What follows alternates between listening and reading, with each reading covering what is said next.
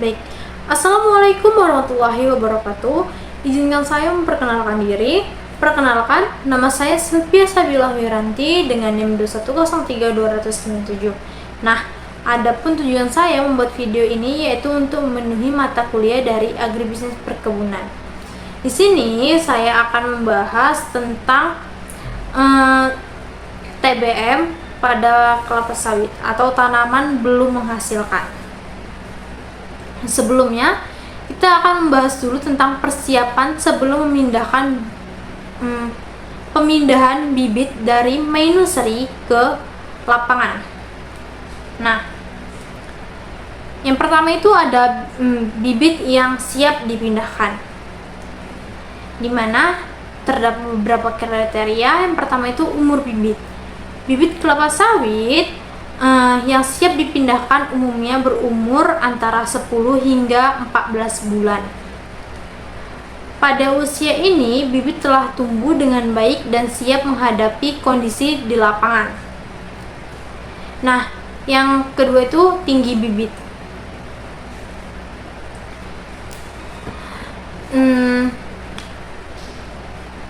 Tinggi bibit harus memiliki tinggi antara 80 sampai 100 cm dengan minimal 15 sampai 20 helai daun yang terbuka sempurna. Nah, yang ketiga itu kondisi batang dan akar. Batang bibit harus kokoh dan sehat dengan akar yang kuat, tidak terbelit di polybag. Bibit dengan akar yang terlalu panjang atau terbelit akan sulit berkembang setelah dipindahkan ke lapangan. Pastikan tersebar baik di dalam polybag. Bibit kelapa sawit dengan akar yang terlalu panjang atau terbelit di polybag dapat mengalami beberapa masalah serius setelah dipindahkan ke lapangan. Berikut ada beberapa akibat karena akar yang terbelit di polybag. Yang pertama itu pertumbuhannya terhambat. Akar yang terbelit di polybag tidak akan berkembang dengan baik setelah ditanam di lapangan. Akar yang terlipat atau melingkar tidak bisa menyebar secara optimal di dalam tanah, sehingga kemampuan tanam untuk menyerap air dan nutrisi dari tanah akan terganggu. Ini dapat menyebabkan pertumbuhan bibit menjadi terhambat atau kerdil. Yang kedua itu penyerapan air dan nutrisi itu menurun. Akar yang sehat berfungsi untuk menyerap air dan nutrisi dari tanah. Jika akar yang terbelit, area penyerapan menjadi lebih terbatas sehingga tanaman tidak mendapatkan nutrisi air yang cukup.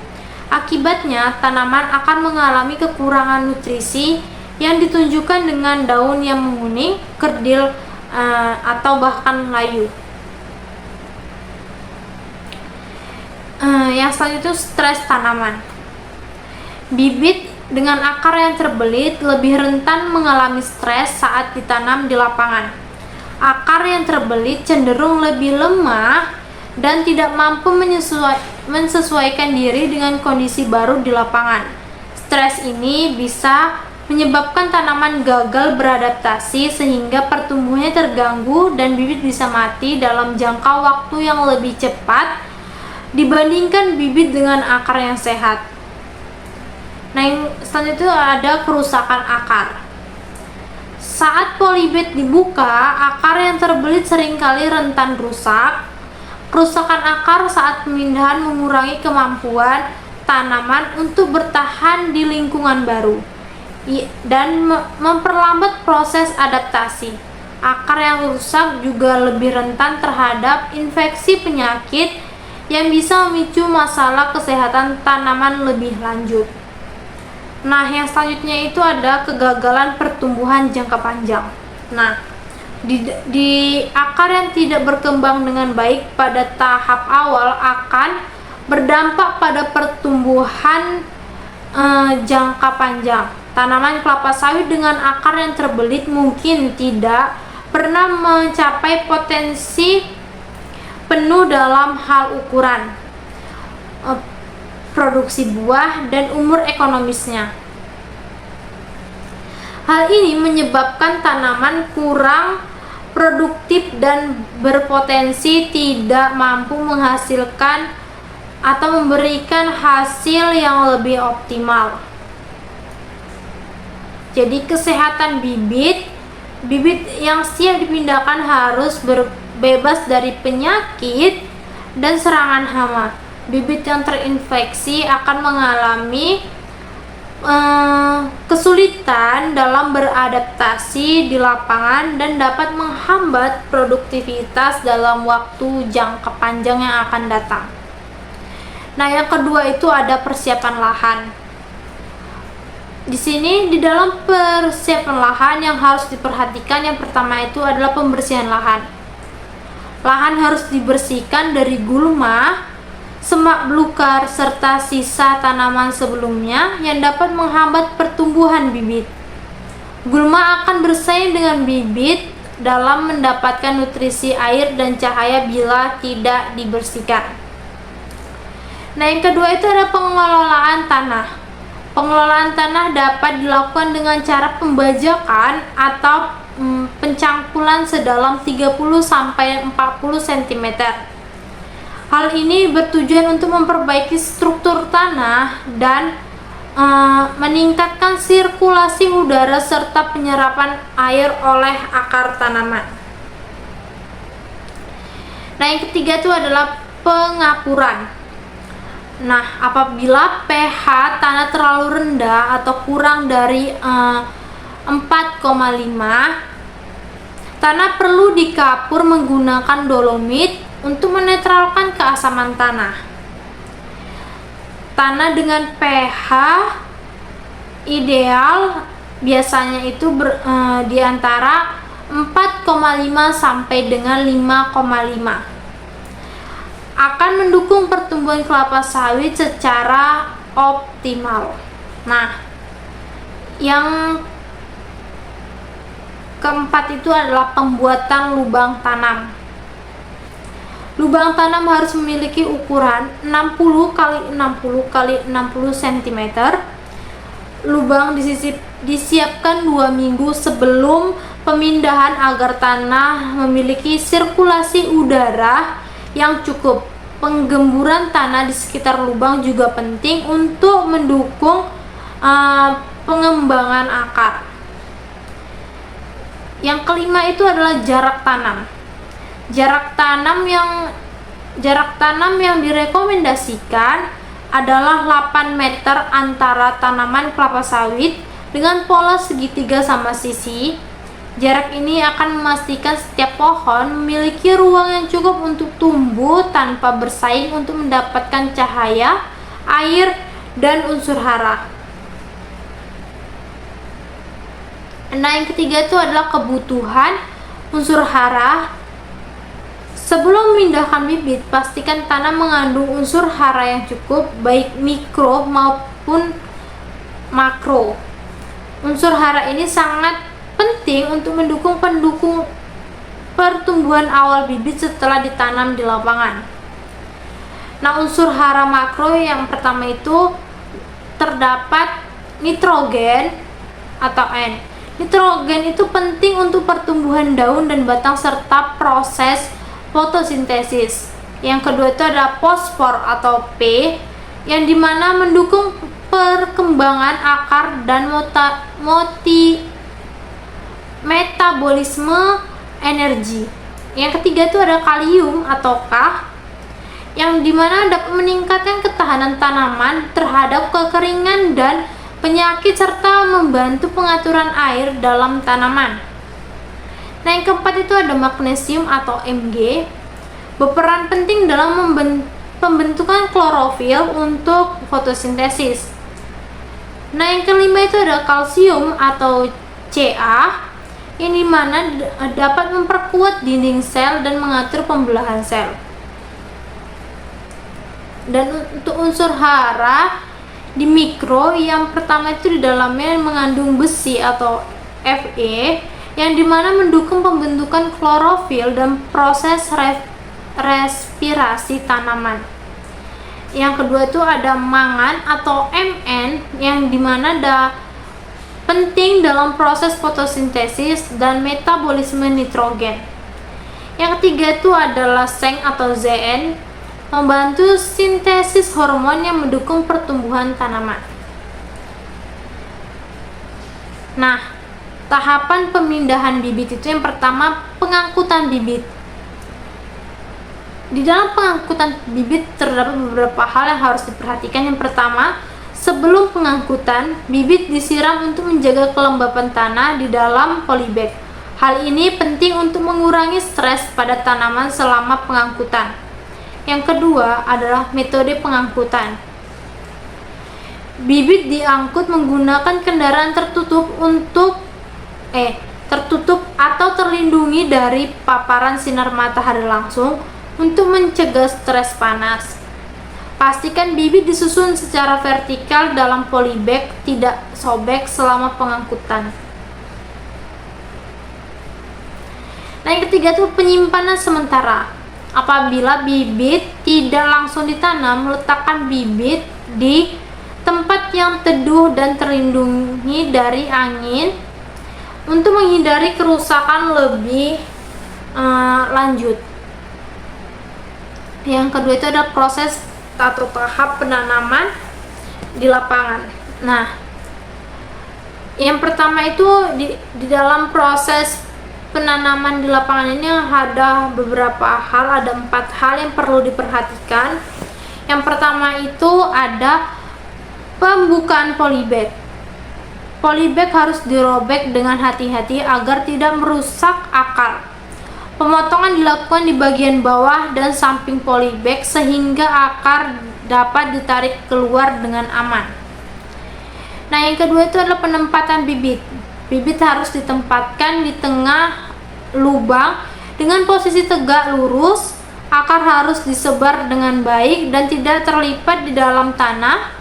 Bagian leher akar harus berada tepat di permukaan tanah. Nah, yang ketiga itu adalah penimbunan tanah.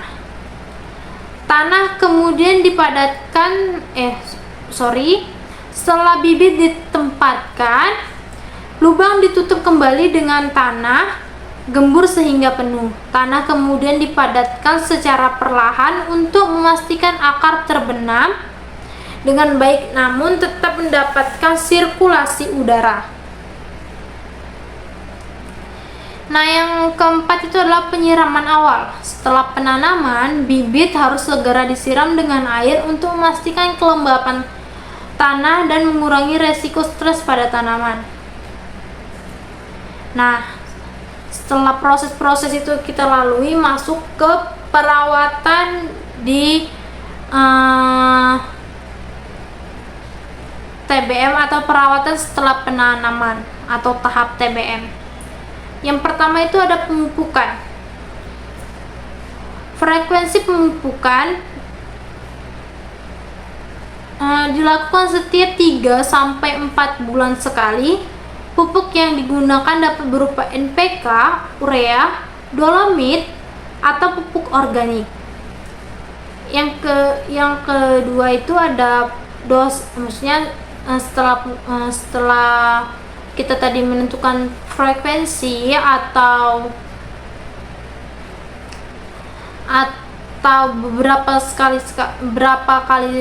berapa bulan sekali dipupuk, atau menentukan waktu pemupukan. Yang selanjutnya itu adalah dosis pemupukan. Nah, pada tahun pertama atau TBM pertama, dosis pemupukan lebih rendah dan meningkat seiring pertambahan usia tanaman. Pemupukan awal difokuskan pada nitrogen dan fosfor untuk mendukung pertumbuhan daun dan akar. Nah, pada tahun pertama atau TBM pertama, fokus pemupukan adalah untuk mendukung pertumbuhan awal bibit, khususnya pertumbuhan akar dan daun. Dosis pemupukan pada tahun pertama relatif lebih rendah dibandingkan tahun-tahun berikutnya karena bibit masih dalam tahap adaptasi dan pertumbuhan awal. Untuk frekuensi pemupukan dilakukan setiap 3 bulan sekali atau 4 kali dalam setahun. Dosis pemupukan yang direkomendasikan untuk setiap kali pemupukan pada TBM pertama atau dosis per pohon per aplikasi untuk NPK itu 15/15/15 atau sama dengan 300 gram per pohon. Nah, untuk urea itu atau nitrogennya itu 150 gram per pohon. Untuk pupuk organik yaitu 2-5 kilo per pohon atau bisa berupa kompos atau pupuk kandang tergantung kebutuhan dan kondisi dari tanah.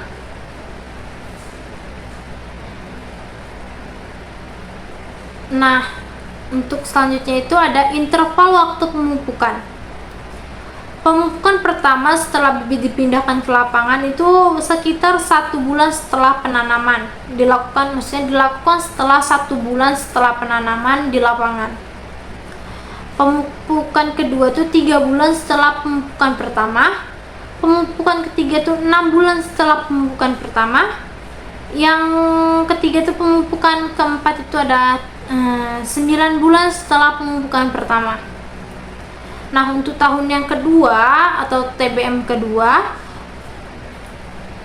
dosis pemupukan mulai ditingkatkan karena tanaman sudah mulai tumbuh lebih besar dan memerlukan lebih banyak nutrisi. Fokus pemupukan tetap pada nitrogen dan fosfor untuk mendukung pertumbuhan daun dan akar. Namun kalium juga mulai ditingkatkan untuk memperkuat batang. Untuk frekuensi pemupukan dilakukan setiap 4 bulan sekali atau 3 kali dalam setahun. Untuk dosisnya itu NPK itu 400 gram per pohon, naik 100 gram untuk tahun kedua. Untuk urea itu naik 50 gram menjadi 200 gram per pohon, dan untuk dolomitnya itu 150 gram per pohon. Untuk kaliumnya itu atau KCl-nya itu 100 gram per pohon. Untuk pupuk organiknya itu naik menjadi 5-8 kg per pohon atau tergantung kondisi tanah. Nah, untuk interval pemupukannya itu pemupukan pertama 12 bulan setelah pemindahan bibit ke lapangan. Pemupukan kedua 16 bulan setelah pemindahan bibit. Pemupukan ketiga itu 20 bulan setelah pemindahan bibit. Nah, untuk tahun yang ketiga, dosis pemupukan kembali ditingkatkan karena tanaman mulai mendekati fase tanaman menghasilkan atau TM. Fokus utama pemupukan pada tahun ini adalah memperkuat batang dan akar serta memastikan tanaman siap untuk mulai berbuah. Untuk frekuensi pemupukan dilakukan 4 bulan sekali atau tetap 3 kali dalam setahun. Untuk dosis pemupukannya itu untuk NPK itu naik menjadi 500 gram per pohon. Untuk urea itu menjadi 250 gram per pohon, dolomit 200 gram per pohon, untuk kaliumnya 150 gram per pohon, dan untuk pupuk organiknya itu menjadi 8-10 kg per pohon tergantung kondisi tanah. Jadi untuk pupuk organik itu dapat ditingkatkan atau mungkin tetap tergantung kondisi tanahnya di lapangan. Nah, untuk interval waktu pemupukan itu, pemupukan pertama itu 24 bulan setelah pemindahan bibit ke lapangan. Pemupukan kedua itu 28 bulan setelah pemindahan bibit ke lapangan. Untuk pemupukan ketiga itu 32 bulan setelah pemindahan bibit ke lapangan. Untuk poin tambahan dalam proses pemupukan yaitu untuk nitrogen penting untuk pembentukan daun dan batang. Nitrogen diberikan lebih banyak pada fase awal atau tahun pertama untuk mendukung pertumbuhan vegetatif. Nah, untuk fosfor itu dibutuhkan untuk pengembangan akar yang sehat. Fosfor penting sejak awal penanaman. Untuk kaliumnya itu meningkatkan ketahanan terhadap kekeringan dan serangan penyakit serta membantu pengaturan air dalam tanaman. Kalium ditingkatkan pada tahun kedua dan ketiga untuk memperkuat batang.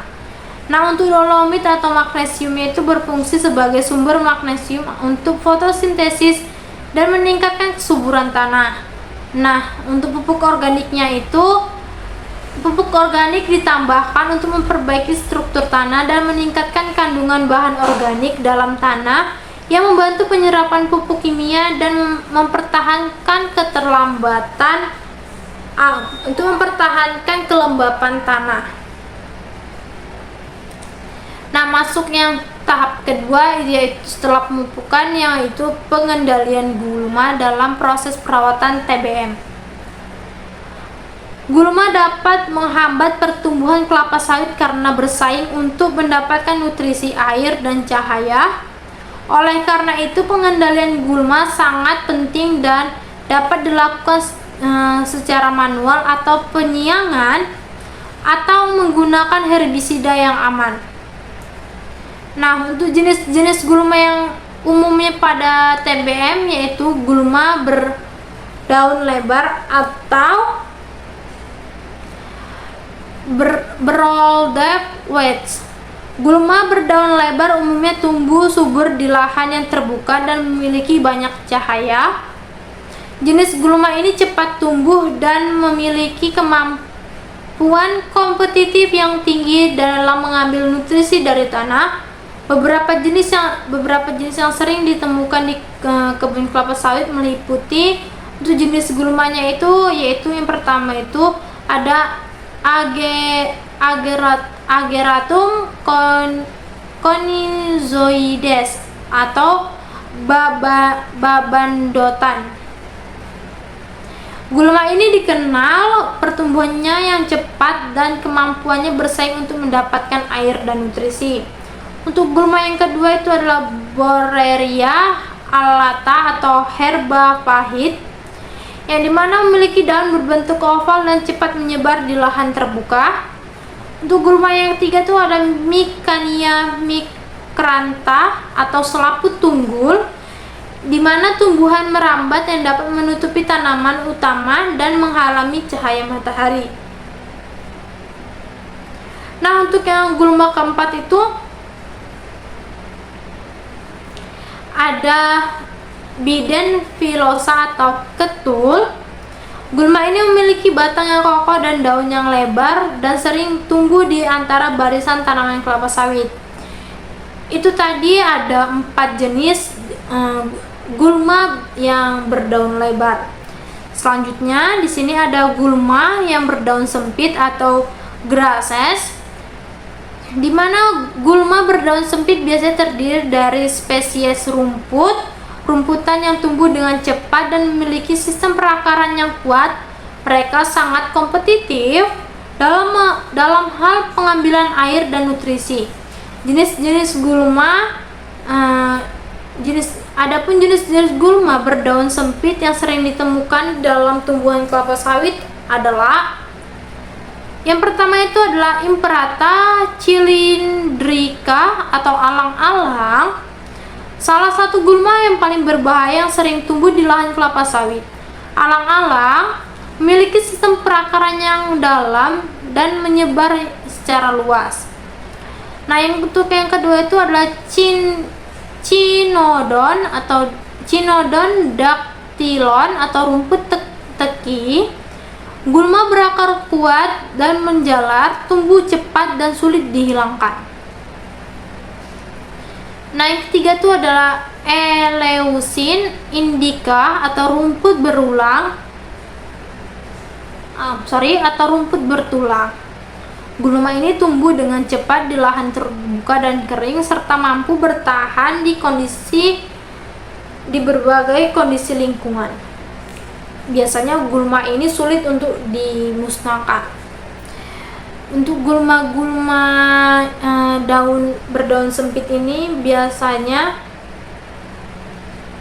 tumbuh di hamparan terbuka di lahan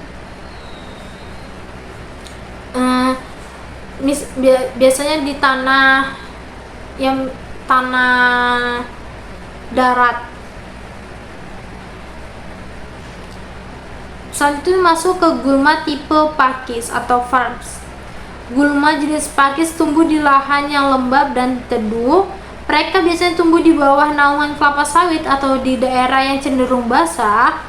Jenis gulma pakis yang umum ditemukan di kebun kelapa sawit antara lain yang pertama ada Nephrolepis biserrata, Helena palustris atau pakis merambat yang sering ditemukan di daerah yang tergenang air atau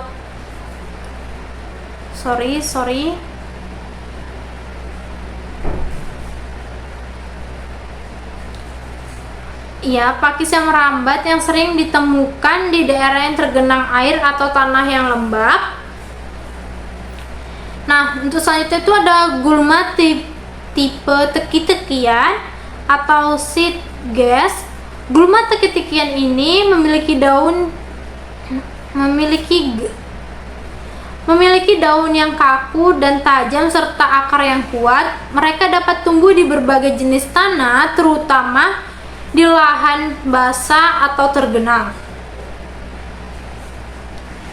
Jenis yang sering dijumpai di tumbuhan atau di tanaman kelapa sawit belum menghasilkan adalah yang pertama itu ada Cyperus rotundus atau teki liar. Salah satu gulma yang paling sulit dikendalikan karena akarnya yang sangat dalam dan mudah tumbuh kembali. Nah, yang kedua itu ada Cyperus killingia atau teki kuning. Gulma ini memiliki perakaran yang kuat dan tumbuh di area yang memiliki drainase yang cukup buruk. Atau biasanya di tanaman kelapa sawit itu ada yang namanya drainase untuk di mana fungsinya drainase itu untuk menampung air guna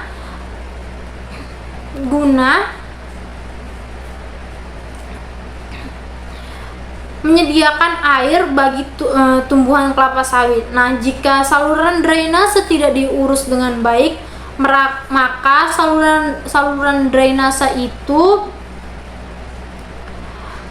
akan ditumbuhi jenis gulma teki kuning karena tempatnya yang lembab dan banyak mengandung air.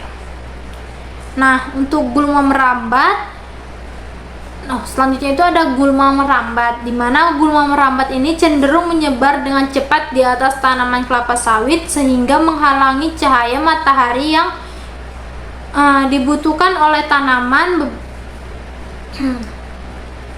Beberapa jenis gulma yang merambat yang sering ditemui di tanaman kelapa sawit, yang pertama itu adalah selaput tunggul, di mana tumbuhan merambat ini dapat menutupi tajuk pohon pada kelapa sawit dan mengurangi penetrasi cahaya. Nah, untuk yang kedua itu ada gulma markisa liar.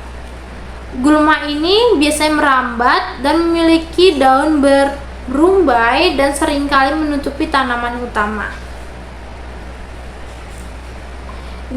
Jika gulma ini dibiarkan pada tanaman kelapa sawit atau pada lahan yang kita tanami kelapa sawit, maka akan memberikan dampak negatif pada tumbuhan kelapa sawit yang belum menghasilkan. Yang pertama itu dampak negatifnya itu bersaing untuk nutrisi dan air. Biasanya gulma bersaing langsung dengan tanaman kelapa sawit untuk mendapatkan nutrisi dari tanah dan air. Jika gulma dibiarkan tumbuh tanpa dikendalikan, hal ini dapat menyebabkan kelapa sawit kekurangan nutrisi penting sehingga pertumbuhannya terganggu. Yang kedua itu ada mengurangi penetrasi cahaya matahari. Jika gulma jenis merambat seperti Micania micrantha dapat menutupi daun tanaman kelapa sawit dan menghalangi sinar matahari. Ini dapat mengganggu proses fotosintesis yang sangat penting bagi pertumbuhan tanaman.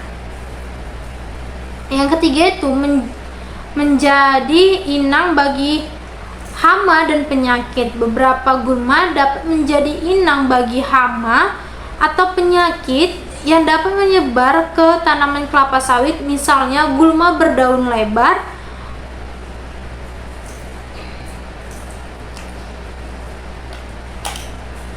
dan menarik hama seperti ulat atau kumbang yang juga menyerang pada tumbuhan kelapa sawit. Nah, yang keempat itu menghambat akses perawatan.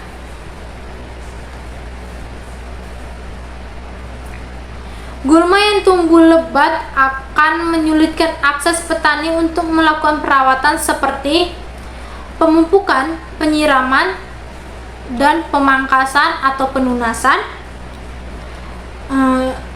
Hal ini mengakibatkan perawatan yang tidak optimal bagi tanaman kelapa sawit yang dimana dengan ketidakoptimalan perawatan tersebut akan mempengaruhi pertumbuhan dari kelapa sawit tersebut. Jika perawatannya tidak terjadi secara optimal, maka produktivitas yang dihasilkan oleh tumbuhan kelapa sawit tentu saja tidak bisa kita harapkan secara maksimal atau tidak bisa menghasilkan secara yang kita harapkan. Nah, untuk pengendalian gulma pada tahap TBM atau tanaman belum menghasilkan ini dapat diatasi dari beberapa cara. Sebelumnya kita bahas tentang pengendalian gulma itu sangat penting pada tumbuhan kelapa sawit, khususnya pada tanaman belum menghasilkan, untuk memastikan pertumbuhan tanaman kelapa sawit itu tidak terganggu.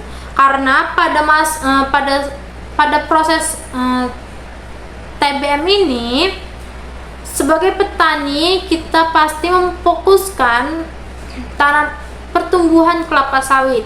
Jika kita mengharapkan pertumbuhannya itu secara maksimal, kita harus bisa bisa mengendalikan hama-hama atau gulma-gulma yang terdapat pada tumbuhan kelapa sawit yang kita tanam di lahan kita. Nah, langsung saja kita masuk ke metode pengendalian gulma yang efektif. Yang pertama itu ada pengendalian gulma secara manual atau penyiangan. Penyiangan secara manual adalah metode yang umum yang dilakukan petani, terutama untuk gulma yang tumbuh di sekitar pangkal tanaman. Proses ini dilakukan dengan mencabut gulma menggunakan tangan atau alat sederhana, seperti misalnya parang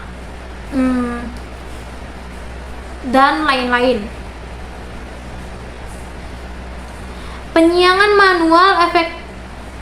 Penyiangan manual yang efektif untuk gulma berdaun lebar dan set gas, namun memerlukan tenaga kerja yang lebih banyak dan waktu yang lama. Nah, yang kedua itu bisa menggunakan herbisida. Herbisida itu herbisidanya berjenis pratumbuh. Herbisida jenis ini diaplikasikan sebelum gulma mulai tumbuh. Mereka bekerja dengan mencegah perkembangan atau pertumbuhan bibit gulma.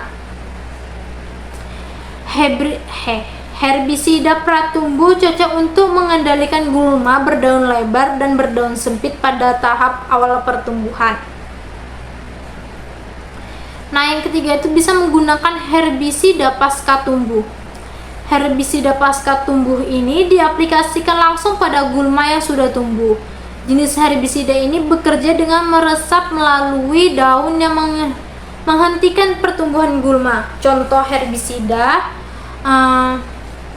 Pasca tumbuh termasuk herbisida selektif dan non-selektif, tergantung pada jenis gulma yang akan dikendalikan.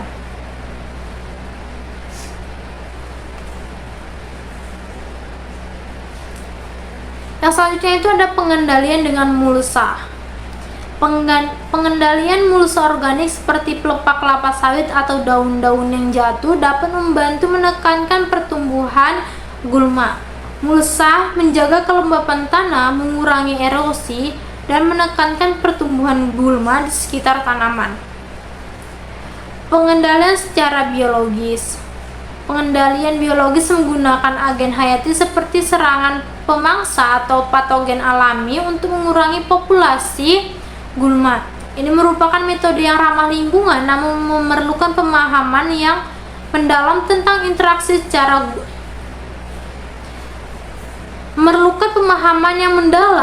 interaksi antara gulma dan agen biologis yang digunakan. Nah, yang ketiga itu masuk ke perawatan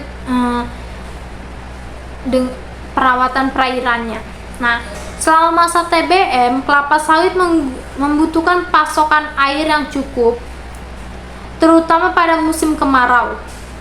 Jika lahan memiliki keterbatasan air, irigasi tambahan atau penyiraman manual bisa dilakukan. Tanaman muda sangat rentan terhadap kekeringan sehingga perawatan perairannya harus diperhatikan. Nah, yang keempat itu pemangkasan daun. Daun-daun yang kering, rusak, atau terkena penyakit harus secepatnya dipangkas karena daun-daun mengering itu akan menghambat pertumbuhan dari kelapa sawit itu. Apabila daun di tumbuhan kelapa sawit itu terdapat bercak kuning, itu harus segera dilakukan pemangkasan. Kenapa? Karena bercak kuning pada tumbuhan kelapa sawit itu termasuk ke dalam kategori penyakit yang dialami oleh tumbuhan kelapa sawit. Jika tidak segera diatasi, maka bercak itu akan segera menyebar ke tanaman-tanaman yang lain.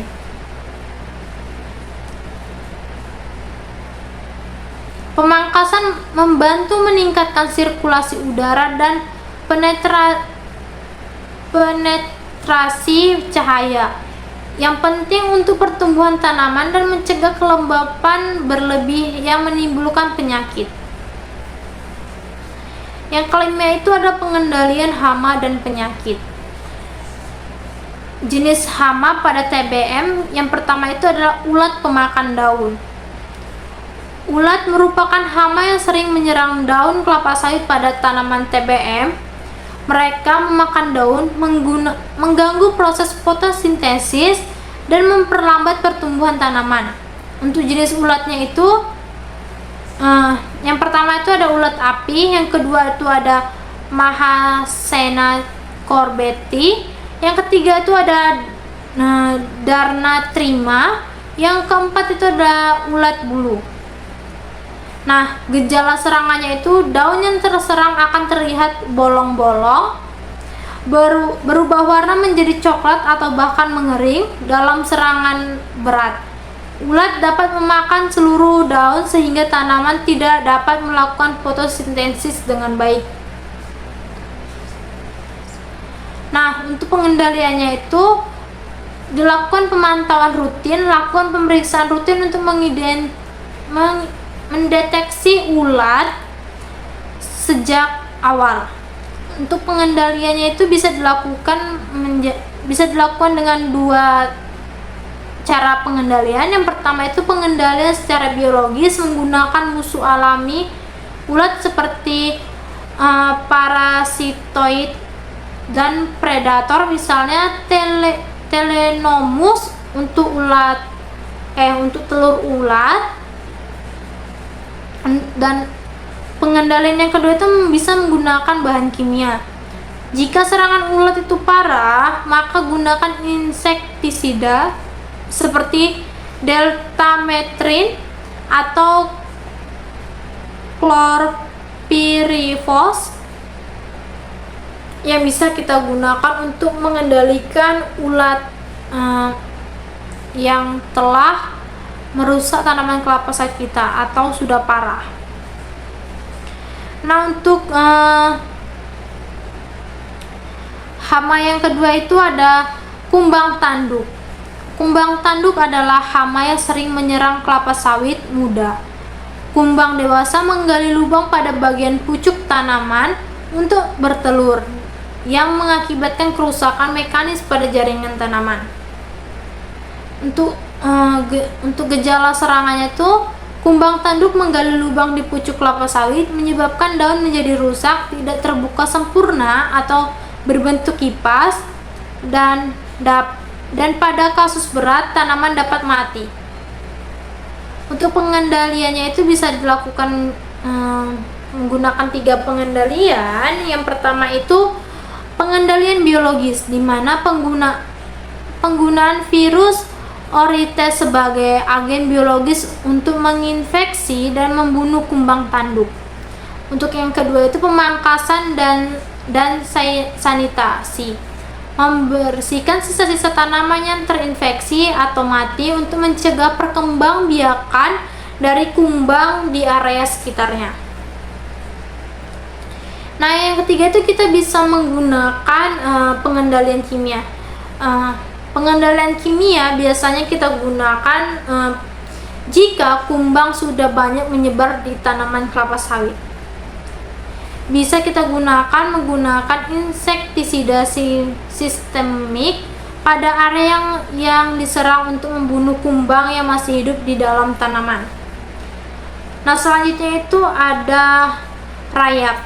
Rayap menyerang akar dan batang kelapa sawit muda. Mereka memakan jaringan tanaman dari dalam, menyebabkan tanaman layu dan akhirnya mati jika tidak segera diatasi. Nah, untuk gejalanya itu yang bisa kita lihat di tanaman itu, tanaman terlihat layu meskipun kondisi lingkungan baik. Jika tanaman dicabut, akar terlihat rusak dan bagian dalam batang berlubang. Untuk pengendaliannya itu bisa menggunakan dua metode dengan pemantauan rutin, memeriksa gejala awal serangan rayap terutama di area yang dekat dengan sisa-sisa kayu atau tanaman mati. Yang kedua itu pengendaliannya menggunakan kimia, menggunakan insektisida sistemik yang disuntikan ke tanah di sekitar tanaman untuk membunuh rayap di bawah permukaan. Nah, selanjutnya itu ada tikus. Tikus adalah hama yang merusak akar dan batang tanaman kelapa sawit muda. Mereka mengunyah akar dan batang sehingga menyebabkan tanaman menjadi tidak stabil dan dapat roboh. Untuk gejalanya itu tanaman mudah akan terlihat goyah atau mudah roboh. Pada pemeriksaan lebih lanjut, akar atau batang bagian bawah terlihat terpotong atau terkikis. Nah, untuk pengendaliannya itu yang pertama menggunakan pengendalian fisik, di mana pemasang perangkap tikus di area perkebunan. Jika perkebunan kita luas, kita tidak mungkin menggunakan perangkap tikus karena itu akan memakan biaya yang cukup besar. Nah, yang kedua itu pengendalian biologis dengan menggunakan burung hantu sebagai predator alami tikus. Nah, biasanya di perkebunan cara pengendalian tikus itu biasanya menggunakan cara yang kedua, yaitu menggunakan atau memelihara burung hantu sebagai predator yang memakan tikus. Tikus itu akan dimakan oleh burung-burung hantu. Untuk yang ketiga itu pengendalian kimia menggunakan rodentisida di sekitar area serangan. Nah, yang terakhir itu ada belalang. Belalang memakan daun-daun kelapa sawit terutama di area yang terbuka. Serangan belalang dapat mengurangi jumlah daun produktif, mengganggu proses fotosintesis dan memperlambat pertumbuhan tanaman. Untuk gejalanya itu daun yang dimakan terlihat robek atau berlubang dalam serangan berat. Hampir seluruh daun dapat hilang. Untuk pengendaliannya itu yang pertama pemantauan rutin, pemantauan terhadap populasi belalang di area terbuka atau lapangan. Yang kedua itu pengendalian kimia menggunakan insektisida kontak untuk membunuh belalang.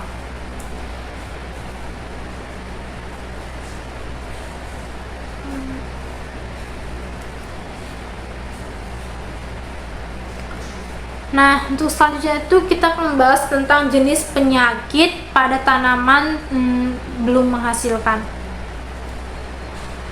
Yang pertama itu adalah busuk pangkal batang atau Ganoderma boninensi. Busuk pangkal batang adalah salah satu penyakit paling mematikan pada tumbuhan kelapa sawit yang disebabkan oleh jamur Ganoderma boninensi. Penyakit ini menyerang batang dan menyebabkan tanaman mati secara bertahap atau perlahan.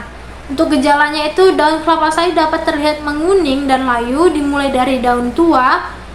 Batang akan membusuk dari pangkalnya dan jika diperiksa akan ditemui pertumbuhan jamur pada batang bagian bawah. Bagian dalam batang menjadi lembek dan mudah hancur. Untuk pengendaliannya itu pertama pencegahan. Dilakukan sanitasi kebun dengan membersihkan sisa tanaman yang mati atau terkena penyakit, karena penyakit ini seringkali berkembang dari sisa tanaman yang membusuk. Untuk yang kedua itu menggunakan trichoderma atau jamur antagonis seperti trichoderma dapat digunakan untuk melawan pertumbuhan Ganoderma di tanah. Nah, untuk yang ketiga itu pemantauan rutin. Tanaman yang terkena serangan harus segera diidentifikasi dan diisolasi agar penyakit tidak menyebar ke tanaman lain. Nah, untuk yang kedua itu ada penyakit akar merah. Penyakit ini menyerang akar tanaman kelapa sawit dan disebabkan oleh jamur Regidoporus microporus. Penyakit ini